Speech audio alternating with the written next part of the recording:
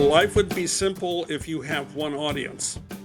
One of the things that I go looking for in market segmentation is not something that they teach you in SEO, but boy, it's something that SEOs should learn. It's a really old form of marketing, but boy, is it effective. And so with a recent client I was working with, we said, okay, you're focused on this target audience. That's great. Let me show you the other 3 target audiences that you're ignoring. So if there are 4 different kinds of people who are using different search terms to get to what you offer, and you're only optimizing for one of them, you're basically letting your competitors scoop up the other 3. Welcome to Endless Coffee Cup, a regular discussion of marketing news, culture, and media for our complex digital lifestyle. Join Matt Bailey as he engages in conversation to find insights beyond the latest headlines and deeper understanding for those involved in marketing. Grab a cup of coffee, have a seat, and thanks for joining. Well, hello and welcome to another edition of the Endless Coffee Cup podcast. As always, I'm your host, Matt Bailey, and as most of the time, I've got Greg Jarboe back with us. Greg, how are you doing today? Well, I'm fine, Matt. I want you to know I'm wearing my Michigan gear, maize and blue, because guess who beat Ohio State Buckeyes this year? You have been waiting for this. Yes. You have just waiting for the chance to pull that out. And Greg, I don't blame you if you wear it for the next year. You know, it's okay. They earned it. I want you to know that it's not like we are gloating, but it's such a rare occurrence. We like to celebrate the ups because there's a lot of downs.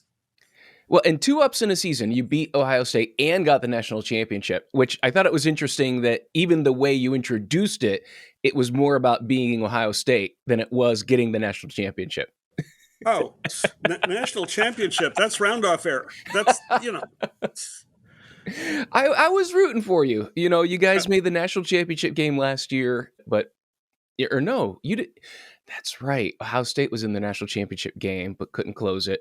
But yeah, I was rooting for you. Okay. Yeah, all right. I was. Okay. I was even rooting, a little for Detroit. I would have loved to see Detroit in the Super Bowl. Oh, I have so many friends from Michigan who were brokenhearted to watch the Lions lose. It's miserable. I'm happy they got close, but yes, I would have much rather seen Lions in the Super Bowl against somebody. I think the only reason I would have watched was for the Lions, but after it was the 49ers and Chiefs, I'm like, well, we've seen this before. Yes, and we saw it again. Yeah. Well, Greg, the reason I invited you on is we, as listeners, if you've been a listener of the show, Greg has joined me many times. And we actually spent a number of shows trying to define social media marketing. But Greg, now, what's on my list, and apparently it was on your list as well, because I mentioned to Greg about, hey, what about search engine optimization? What about SEO? And Greg had already written an article that was going out and had been asked to refresh an article that he had written a couple of years prior. So, Greg, you and I are both on the same wavelength here when considering search engine optimization and what is going on in this industry. Well, yes, this is an old topic. And so a lot of people think, oh, isn't this like cut and dried now? And the answer is, oh, no. No. Oh, the more I go online and, it's not like I'm actually looking for the SEO advice. It just seems to find me, maybe through articles and what I follow. But I feel like, Greg, we are combating the same misinformation, but in greater amounts than we were 10, 15, even 20 years ago. The same misinformation is out there, but I'm just amazed at how many people are pushing it. And it just never seems to go away. Well, there are people with different agendas, and, fair enough. Guess what? They don't go away from year to year. They still find opportunities to come back and peddle their whatever, their version of reality. Some of them are trying to sell you something. Others are just, I think, angry. Fair enough. What are they angry at, Greg? Well, let me tell you about journalists because they're a group I hang out with a lot. And it turns out Google ate journalism's lunch and Yes. then went on to eat their breakfast. Mm. So daily newspapers now have about half as many journalists writing for them as there were writing 15 to 20 years ago.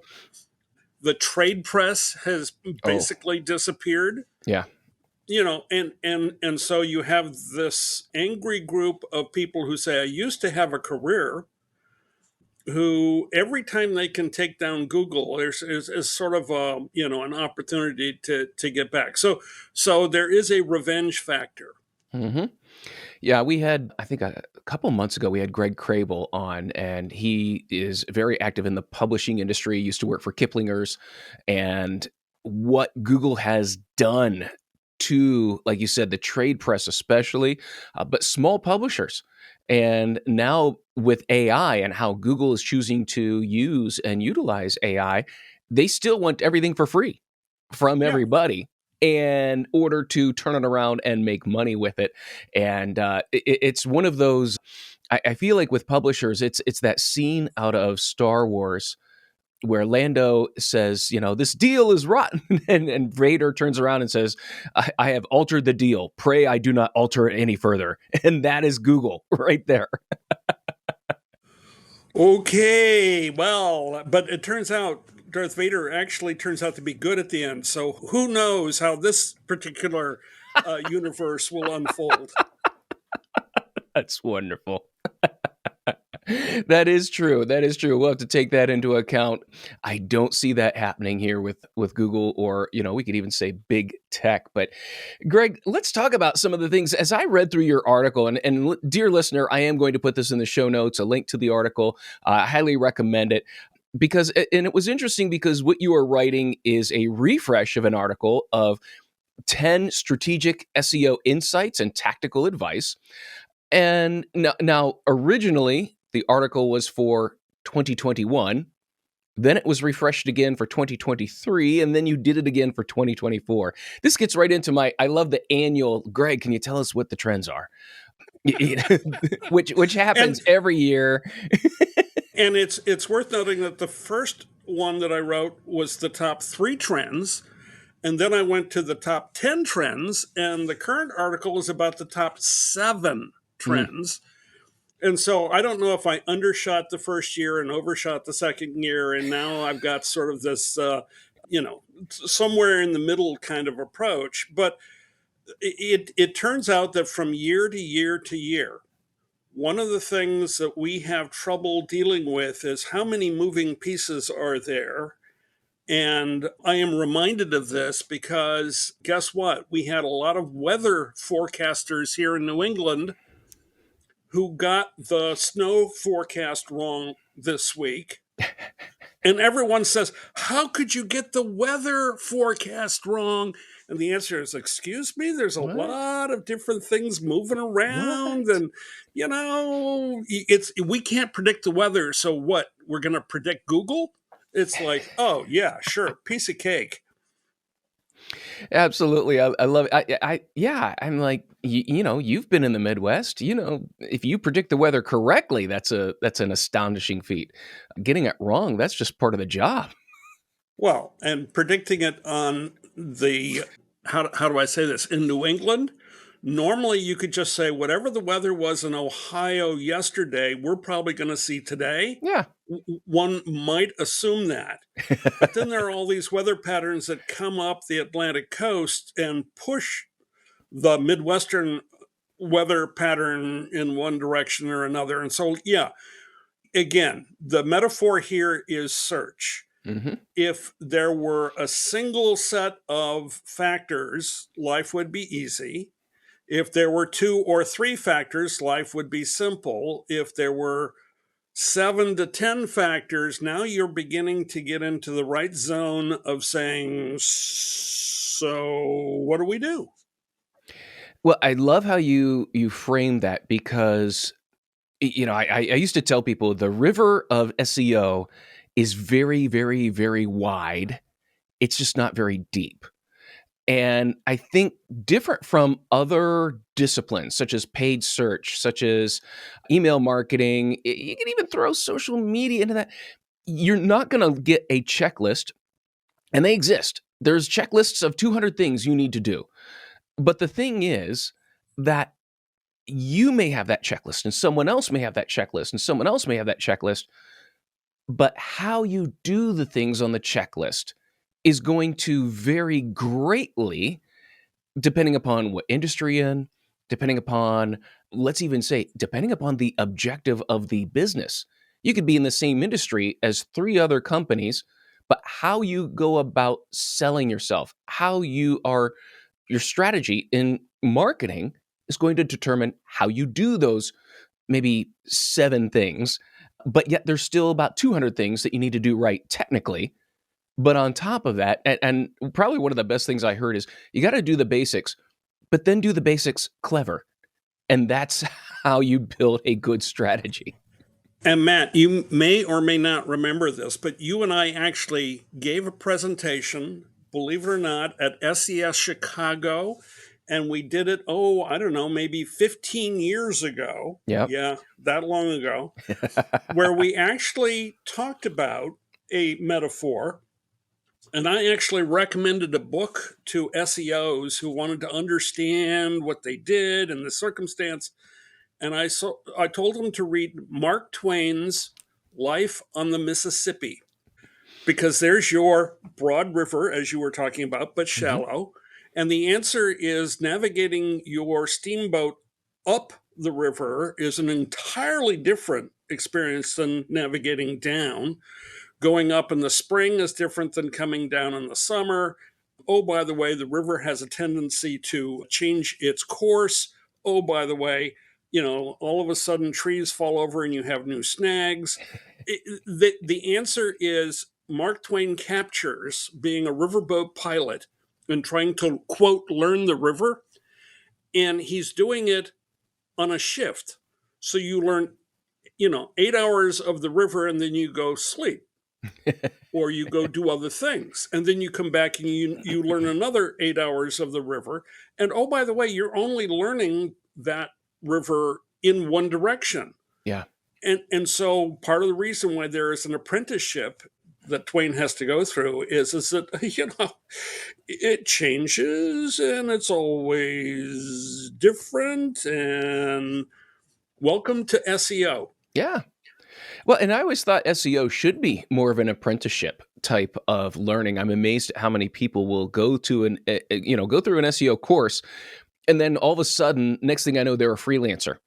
And I have to shake my head at that, because what makes an SEO good is the exposure to multiple business objectives, multiple types of businesses, doing e-commerce, doing B2B, doing, working in all of these areas, because how you do the SEO will greatly depend on those areas, those businesses, those industries. And so apprenticeship is going to be the way you're going to learn that. But then there's the activity of SEO. And then, as you and I know, there's the business of SEO on the other side. Yeah, or as Google clarified in the past year, which is again one of the changes that we keep navigating, is they suddenly changed EAT, which we sort of understood as expertise and authoritativeness and trustworthiness. Got it. All right.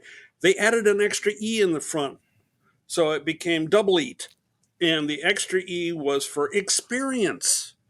And so increasingly, even the engineers at Google are recognizing that the person creating the content, if they are smart but not experienced, can do some really dumb stuff. Mm-hmm.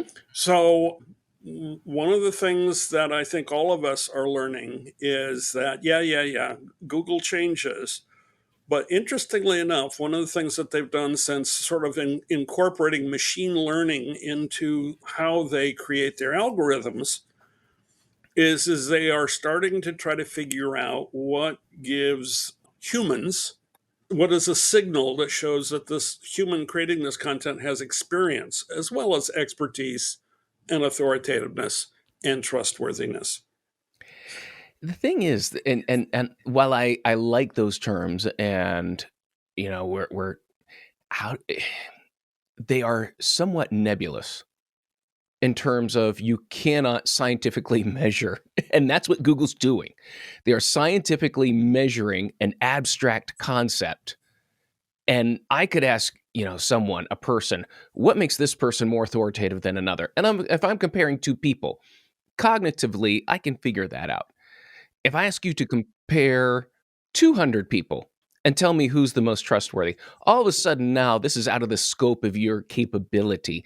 And now we've lost, or we don't even have the language to come up with a proper measurement or defining of that many people.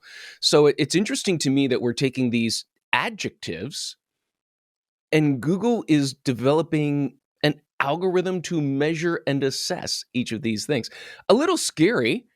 I understand what they're doing, and I feel like these are just the adjectives they have come up to describe what they're doing, rather than rather than saying, we're going to measure this. It's just, let's just Well, label it that. yeah. At the end of the day, this is engineers creating things, and I'm just glad that there are now translators trying to translate what the engineers are doing into English, because in the old days they didn't do that very No, well. no. And then along came Matt Cutts, and he sort of did it on the QT, disguised as Google guy. But somebody was at least trying to explain what the heck they were trying to accomplish. Today, there actually are a number of members of the Google staff who are helping to translate what they're trying to do. They're not trying to give away the secret sauce or the let people game the algorithm, but at least there are people who are providing some guidance and some help. And again, over time, you learn which ones you can trust. Yeah, yeah. Well, and I get the sense, almost reading between the lines of some of what is being said, that the response to these people from Google who are helping to translate this is that people are expecting this how-to list of 200 things. And that's how they interpret SEO, is just tell me how to do it. Just tell me how to do it. And I think John Muir is one who to me, he has lost his patience more than others. And so that's why I like watching him, is because his response seems to be just do it. Just build a site and practice it. And that's why I love it. It's just he seems to be so direct sometimes that you're not going to learn it by studying it. You're going to learn it by doing it. And there seems to be a very specific divide in people who are just like, give me this knowledge, give me this knowledge. And it's not something that you can read in a book. Ultimately, it's something that you have to experience. Well, that's fine. But as you've also mentioned, it's we've got paying clients who expect business results. And so again, you just layer all of that together and you realize that, yeah, it's hard. Yeah, it keeps changing. But guess what? Let me go back to those people who are angry about Google, the journalists. Journalists went to journalism school and not to learn how to write yesterday's news, but how to write today's news. Mm-hmm. And guess what? Today's news is different than yesterday's news, isn't it? That's what makes it news. And so if you can learn and study how to deal with a novel situation, you learn the right questions to ask to get a new answer, then you also have the capability of explaining that to an audience. And whether that audience is the people who are visiting your website or that audience are the people internally who are paying the bills, communication is important. And so guess what? This is an ongoing process. Mm-hmm. What I will say, because you and I have been around long enough to know this, is 20 years ago, SEO was a much more technical process. Right. And 20 years later, now all of a sudden we're talking about experience and, trustworthiness and like stuff that nobody talked about 20 years ago. Hmm. And for a lot of SEOs, that's a sea change. That's like, wait, they just rewrote my job description. And it is. It is. One of the things that may have attracted you into SEO a long time ago was I have technical skills. Yeah. Well, now you have to have judgment. Now you have to have experience. Now you have to have you need to apply this to somebody's business model. It's like those weren't skills I needed back in the early days. And the answer is No. that's right. It it, Yeah. it, it morphed. Hmm. Yeah, it's been interesting, and looking through the OMCP requirements and some of the things that, you know, even as you were saying, the much more technical side of things. I can't remember the last time I've run into something like duplicate content. Now, when you have WordPress is over 40% of the websites online, that takes care of a multitude of problems. Early days, it was duplicate content, it was canonicalization, it was, as you said, you could make a living just focusing on the technical problems and technical issues and getting a website spidered. And it's interesting, and you probably remember this back in the day. There was always a little tension in between the groups. Like here were the more technical side of SEO, and here was the more I would call the writing side, the journalistic side. Those that focused on writing good content and optimizing it and developing it, and then kind of off in the corner were the business people, that we need to show client results. We need to, apply this. And there was always a little bit of tension among the groups, but yet it was a friendly tension. And now, yes, the pressure and the spotlight is on that content piece. The content and the business piece is what has risen now as being the most significant. In fact, most of the SEOs I run into right now do not deal in any shape or form in the technical side. And in fact, they know very little about it because it's just not as prevalent as it used to be. That's true, but it didn't go away. Right. It didn't No. go away. I live in a small town. We only have about 23,000 people here. And the town created a page on their website about where you could find EV chargers in the community. Okay, really useful information if you're trying to charge up your electric vehicle. Okay, but they put all the information in an image. Yeah. Yeah. Yep. And it's like, guys, this this is useful information. I should be able to find it in the search. You're not in the top results. Why aren't you in the top results? Why is the top result a company that basically lists everything in kilometers and says that this is information for the city of Acton, or the town of Acton, pardon me. And oh, by the way, it's based in Les États-Unis, which is like, that's French for United States. It's like, who are these people writing this content? Why are they ranked number one? So the answer is sometimes the basics can still come back to bite you. Oh, absolutely. Absolutely. And that's what distinguishes, a lot of the practitioners, and especially the practitioners who have that experience.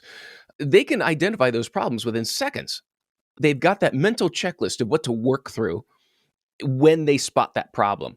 And I think, and you and I could probably both speak, that there are companies that all SEOs do is actually what they have is writers who've been trained in SEO, which I absolutely love, but they don't touch any of that. And a mutual friend of ours worked for a very, very large company and noticed that there were technical issues that were preventing a great deal of content from being indexed and spidered.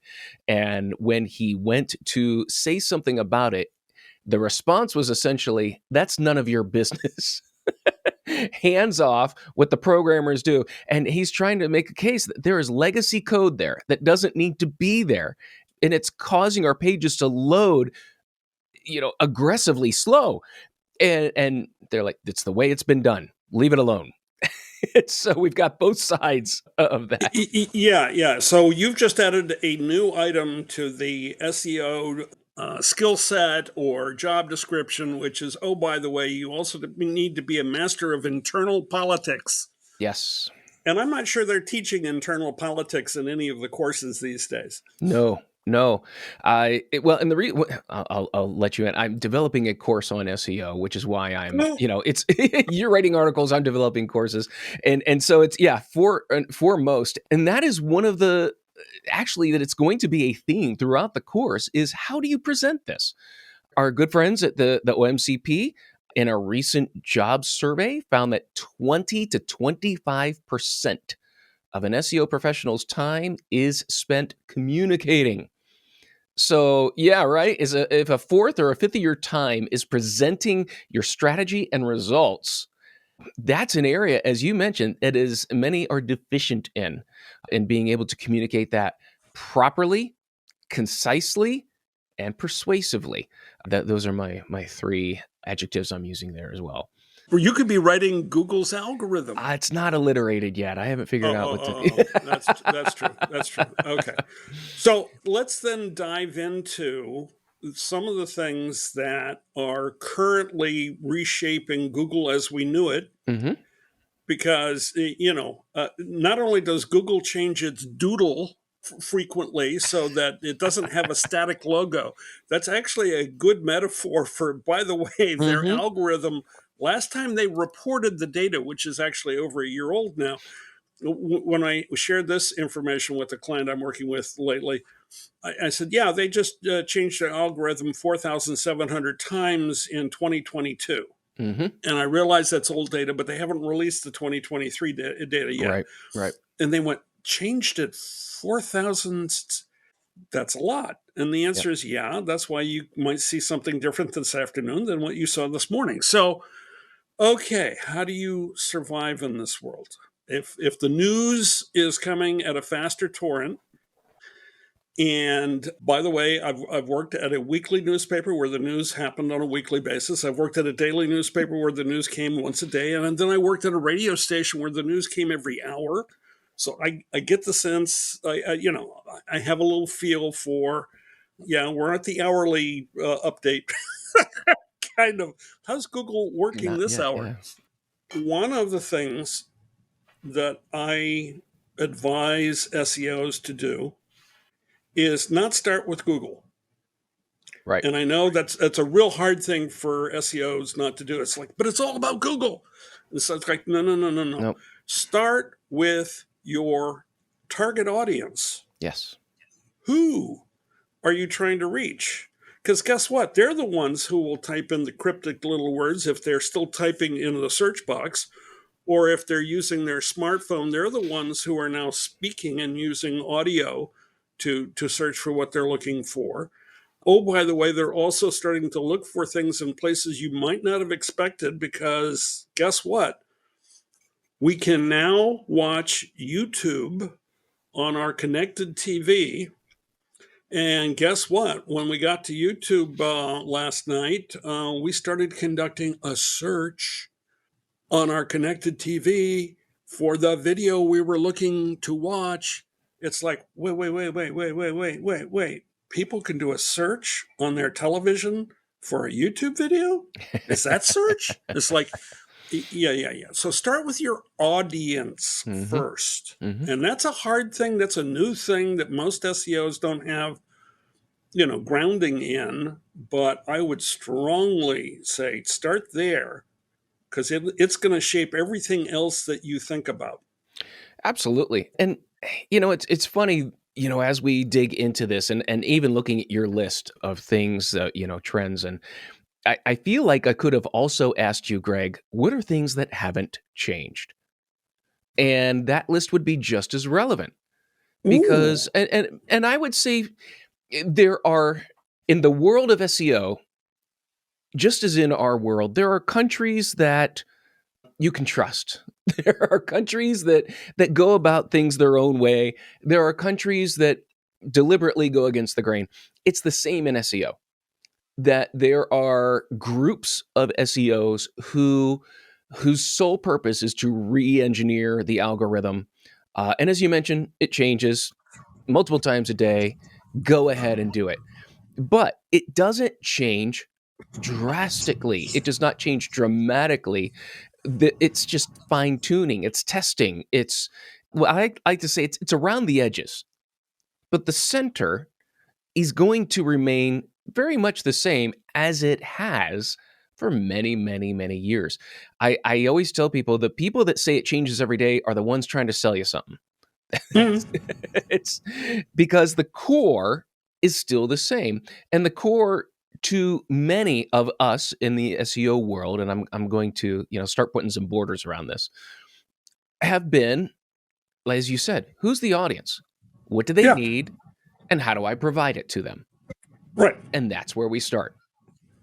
That's right. And so we've watched the audience do new things over the years. One was the advent of the iPhone, and suddenly the audience could now get at the information on the internet, not through their laptop or their desktop, but they could do it with a device in their hand. The audience, again, it's off the radar for many SEOs, but the audience back during the pandemic, when everyone was locked down, started spending more time watching things on their connected TV or going out and buying connected TVs to watch things on. Mm-hmm.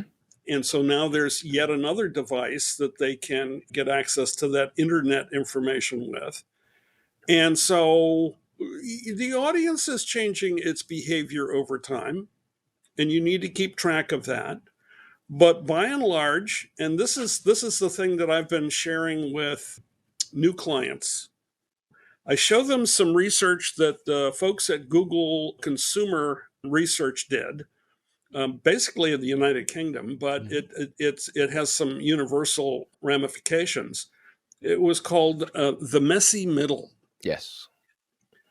And they were doing studies on, I forget, it's like 210 different buying journeys in, 41 different product categories. But basically what they did is they tried to see how people make decisions, particularly when they're using search.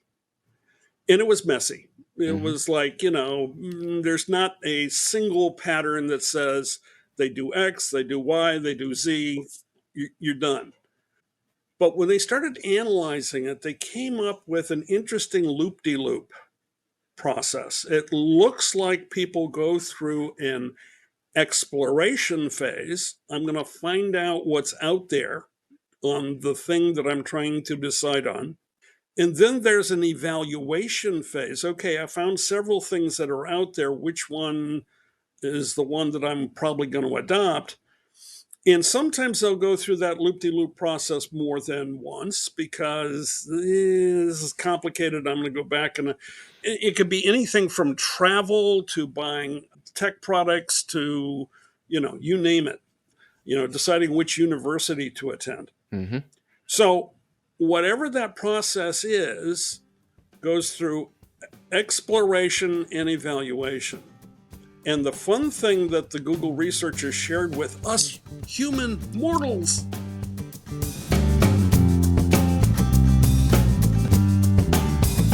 Hey everyone, this is Matt, and thanks for listening. Just a quick break in the middle of the podcast here to let you know there's a couple ways that you can connect with us. The first is learn.sitelogic.com. That's the learning site where you can see courses on analytics, courses on digital marketing across paid search, SEO, multiple disciplines. And then also, you can connect with us on Slack. Go to Slack if you're there and look for us at endlesscoffeecup.slack.com. Connect with us. I'd love to hear from you. Hear what ails you in the realm of digital marketing. Are there courses you need, information that you'd like to hear, or maybe some past guests that you'd like to hear more from? Thanks again for being a listener of the Endless Coffee Cup, and I look forward to hearing from you. I also happen to practice SEO is that there are some keywords that are dead giveaways as to which phase somebody is in. Right. So one of those dead giveaways is the word best. I'm no longer just looking for, a podcast to listen to. I want the best podcast on SEO. Oh, who offers that? Gosh, there's this guy out in Ohio. I've never heard of him before.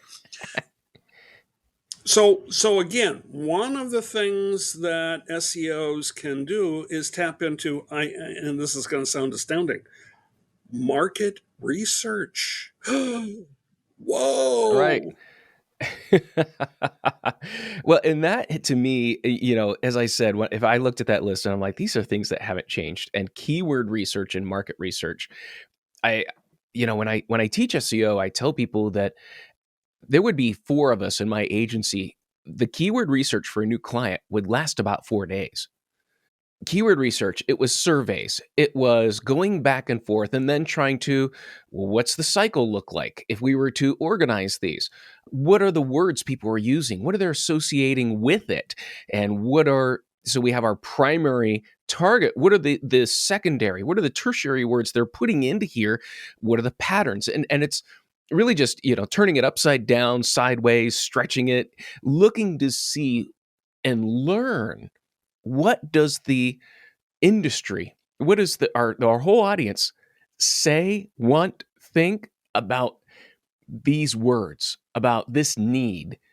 And the amount, after spending that much time, we knew more about the audience than our client did. Because now we're coming back with data, with evidence that this is how people think. And it was usually new to the client. Yeah. And life would be simple if you have one audience. One of the things that I go looking for, and market segmentation is not something that they teach you in SEO, but boy, it's something that SEOs should learn.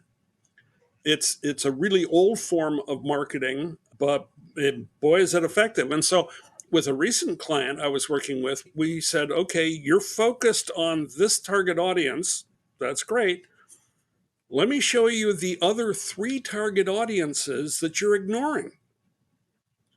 So if there are 4 different kinds of people who are using different search terms to get to what you offer, and you're only optimizing for one of them, you're basically letting your competitors scoop up the other 3. Yeah. Yeah. No, that's powerful. That's powerful. And what you're doing in one way is, this has always been around, keyword research and market research, but at the same time, we're adding another skill set on top of that your market research skills need to grow. You need to look at how you can develop, through tools, through research, through learning new methods of learning about audiences. In that way, it's the same, but it's new. And I think that's a lot of what we're seeing with SEO and how it's evolving. Then here's the net, because SEOs will get this in an eye blink. Okay. In the early days, if I could find a keyword and I could optimize a page, I was a hero, Boom. right? Yes. Now Done. we can be found for the page. Yep. Today I go in and I do this market segmentation and I do the keyword analysis and I say, okay, we've got 4 segments and each segment goes through an exploration and evaluation phase. So I'm going to propose to the client not 1, but 8 pages of content. Why? This set of 2 is set up for keywords that in the exploration or evaluation phase for segment 1. This set of 2 is for segment 2, et cetera, et cetera. And all of a sudden it's like, I'm creating work for myself. It's like, yeah, you could look at it this way, or what I'm trying to do is solve the client problem. And yeah, they may need 8 pages, not 1. Mm-hmm. Yeah, it's, this is, I think, the clear evolution of SEO, and what it's becoming is SEOs aren't just now sprinkling keyword fairy dust into pages. It's now, well, I mean, part of the tension, I'm going to bring up that word again. It's my favorite word this month. Part of the tension and knowing this, there have been agencies who were marketing agencies, and then the client would go out and hire also an SEO firm. And so you've got your marketing agency coming up with content, copy. They've got copywriters that they're very, very intimately familiar with the product and all this.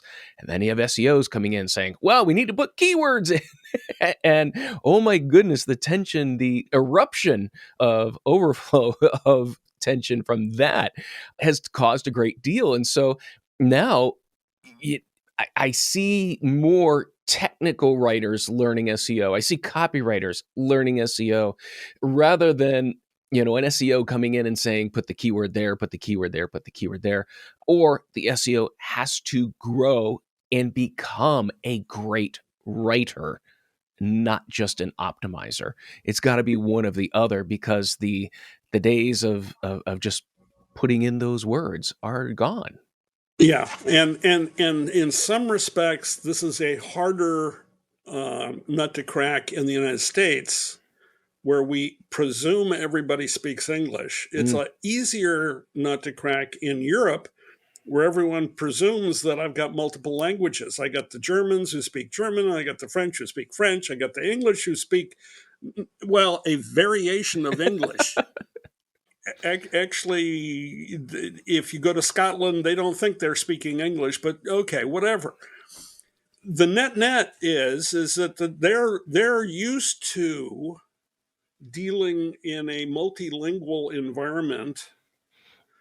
In some respects, if Americans could learn, pardon me, you are in a multilingual environment. Let me give you an example. Go back to that word best that people will put on a search term. And so it could be, pick a category, any category, best vacation site. Yep. Okay, that's a target audience. I know what they're looking for. Now imagine the same set of search terms, only now people are searching for cheap vacation site. Right. Yep. Mm-hmm. Is that the same audience? Right. Am I going to put the same content on that page? Mm-hmm. So again, we sometimes suffer from what I call mass marketing. We all somehow or other still learn that somewhere in school and need to unlearn it, because we don't live in a mass market anymore. No. We live in a highly segmented market. Some would say a highly fragmented market, but I tend to see fragments as segments, but okay, whatever. But the bottom line is, once you understand that different people are searching different ways, that means you need to craft different content for each of those segments. Right. Absolutely. I use the insurance industry. Have you done any work in the insurance industry? No. No? Okay. So this is always one of my favorite things. I have done a lot of work in there. And one of the things I will show the research, and I love diving it because this exactly what you were talking about. There is classic car insurance. There is business car insurance. There is antique car insurance. And how many ways can you say antique, classic, or anything like that? There's teen driver insurance. There's as many types of there is. And so how are people searching? What are they doing? And ultimately, when I show them the amount of people that are searching for cheap car insurance, and there is a response I get all the time. It is our practice not to say the word cheap. Right. Okay. But that's your audience. your audience, that's what they're looking for. You may not want to say it, but this is what they're looking for. Now, well, I had that experience not in the insurance industry, but I did work for Southwest Airlines. Mm-hmm. And when I did my initial keyword research for them, guess what? Cheap flights, cheap fares, cheap airline, et cetera, et cetera, et cetera. And when I submitted my first draft it was actually a press release talking about their cheap airfares, I almost got fired because you don't understand, we're not cheap. And fortunately, I was standing next to Linda Rutherford, who was then the director of public relations. She's now, by the way, the chief communications officer. So she's now an executive vice president. So thank you very much, Linda. Mm-hmm. She said, "Excuse me, sir, if we don't use the word cheap, one of our competitors will, and we will be leaving money on the table." Someone who saw the value. That was Yeah. her, not me. That was her. But you know what? That translated immediately. How much money are we leaving on the table? Yes. Wow. Great example. And that's a thing. It's the perception of the word. And that's what they want to avoid, the perception we're not cheap. They are seeing it in one word, in one way, in a view of the word cheap or interpretation of the word. Whereas your audience, this is the easiest and fastest way. They're not going to type inexpensive. They're not going to type budget friendly. They're going to type cheap. It's an understanding of the nuance of the word, but yet that corporate PR resistance of, oh, we're not cheap. That eliminates a lot of that segmentation. But great story. I love how embrace it.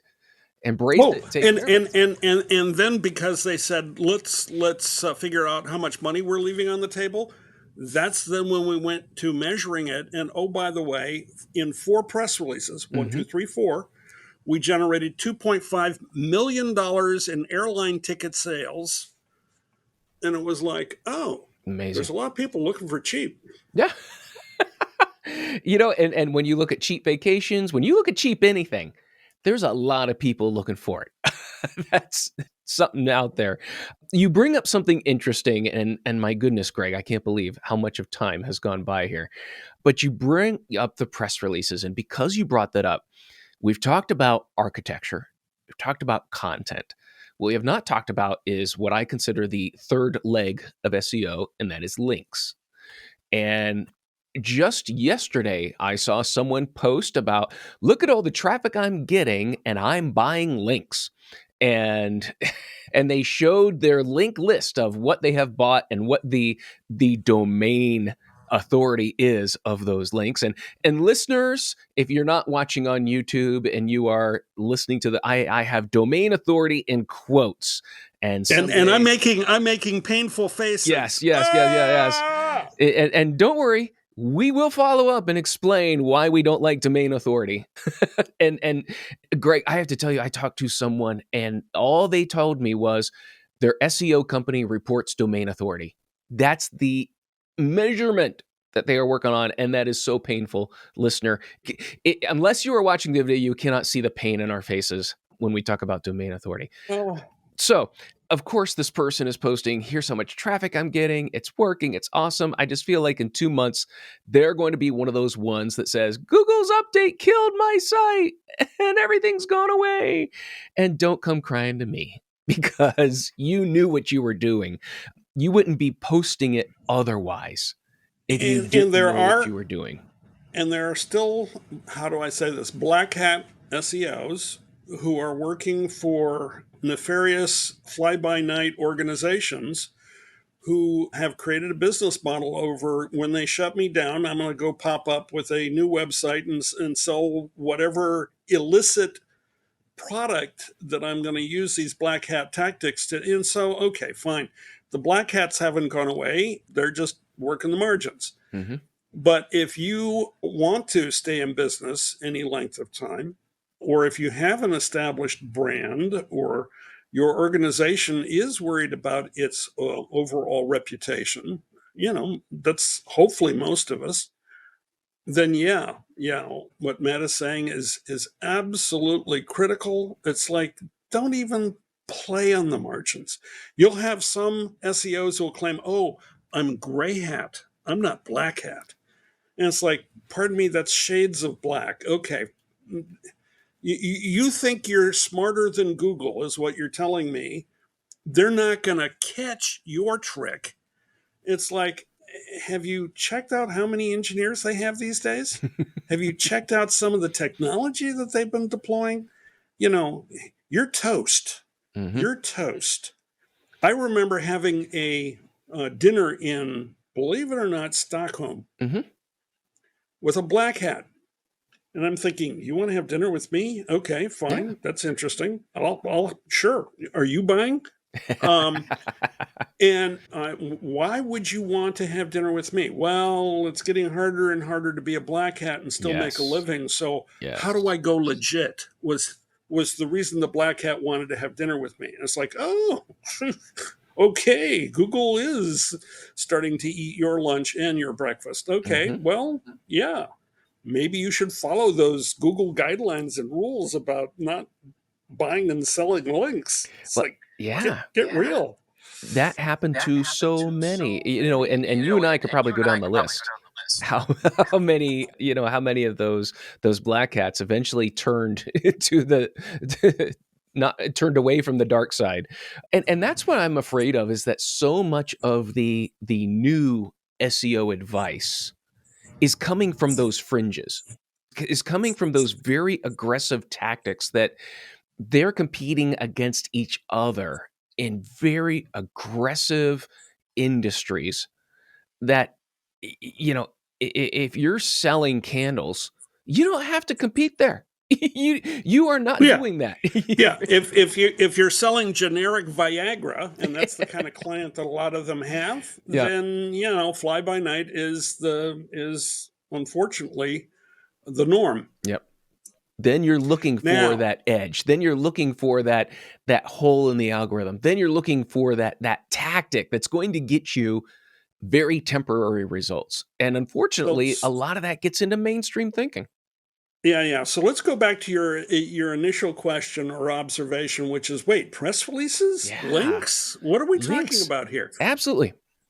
So one of the things that we, I don't know, pioneered, I guess we get credit for this over the years, is if you've got really interesting news, and news is key here, and you provide in your press release a landing page that says, by the way, if you go here, you can either get access to more information that's relevant on this story. Then here's the fun thing that happens: the link in the press release actually does you no good whatsoever. Zero. Google figured out in about 2005 how to eliminate, any link juice from press releases. But if your news has a relevance to the reader of the press release and they start traveling that link, and oh, by the way, some of those readers are also journalists, and they start writing about that news and also providing to their readers a link to that information, all of a sudden you're building links from authoritative sources, which is hard to do unless you think about it. Yeah. And we did it with, let's say Parents Magazine. We were Hmm. working with Parents Magazine, which is a Meredith publication out in Iowa. And one of the things that we announced was a new section of their website where, if you were interested in whether a toy or a product had been recalled, particularly just before the Christmas season, when is this safe to buy? We've got this new website. It's got an updated list of the products that have been recalled, so you don't buy them. Well, the link to that page was something that legitimate media said, oh, I'm going to put that in my story Right. because that's a really useful link.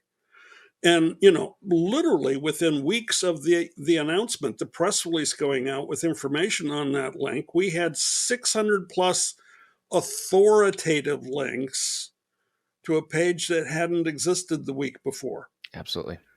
So leveraging your news, and communicating that in a press release, the press release link does nothing for you, but the news and the link have value. That can be leveraged. But again, that's not something they teach you in SEO 101. No. That's not even something they teach you in advanced public relations 404. It is a sort of a combination of best practices from different industries. Hmm.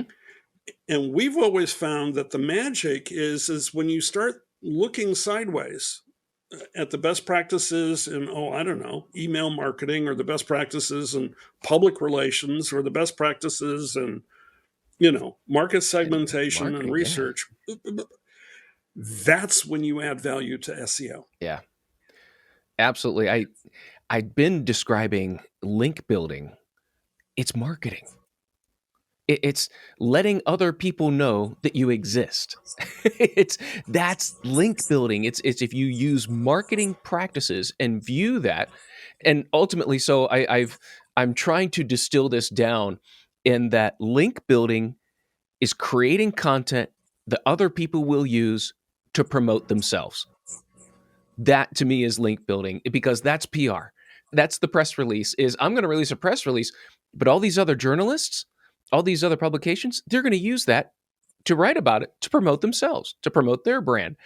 Worked with a company, we created some original research. That was the best link building project because people cited the research, they used the infographics, they put links back. It gave people content to promote themselves. And by really just, it's looking at, what makes people link? What makes Yeah. people from high authority, great, well-known website, what makes them link to you? Things that are in their own interest. We have also found research works. One of the clients that we had to work with was Harlequin Romance. And they commissioned some research and they found that, guess what? We had the data on what percentage of women lie, cheat, and steal. Oh, And compared it, women from New York City, what percentage lie, cheat, and steal versus, Toronto, which is where Harlequin Romance is headquartered. And the fact that American women were more likely to lie, cheat, and steal than Canadian women, it's like, guess who wants to write about that story? And so, yeah, research often sounds like boring stuff, but you can do research on exciting stuff. absolutely. And yeah, we were able to build authoritative links talking about tawdry behavior. That is an invitation for links. That is probably one of the easiest campaigns to build. Tapping into the human psyche. Oh, Well, this was also the only client I've ever worked for where a relevant search term was bodice ripper. And it's like, right, I'm going to optimize for that term. Got it. oh my. Someday you and I are going to have to sit down and really just, I was reminded of some of the clients that we had just the other day and some of the things we had to work on. And we're going to have to sit down and just kind of compare notes, Greg. I think the experiences, I think you and I could probably write a book on the strange experiences we have had in this industry. Matt, we've already written a book. Not We didn't not share any this of this one, good though. stuff. I'm talking about the stuff that if we were to record it, we would have to maybe put a tag on it or something like that. But yes, dear listener, if you're watching, guess what I happen to have here is a copy of the latest book that Greg and I collaborated on, along with some other amazing authors as well. So, Digital Marketing Fundamentals. It is a guide to the OMCA certification. So those of you that are working on that, watching videos, if you want to read along with it, highly recommend. But there's no bodice ripper stories in there. No. Somehow or other, we do need to tell all the stories that have been left on the cutting room floor. Oh, the true crime podcasts are the number one type of podcast.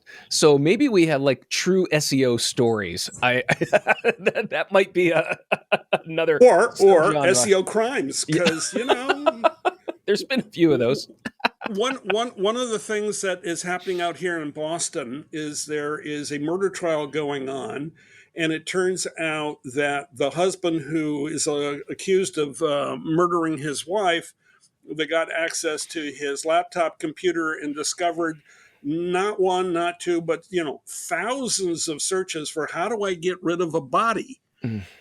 So yeah, guess what? Your search history is going to follow you. Absolutely.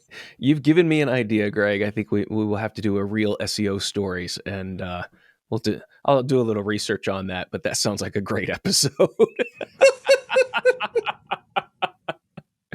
Well, dear listener, I hope this has been informative, educational, if not a bit entertaining.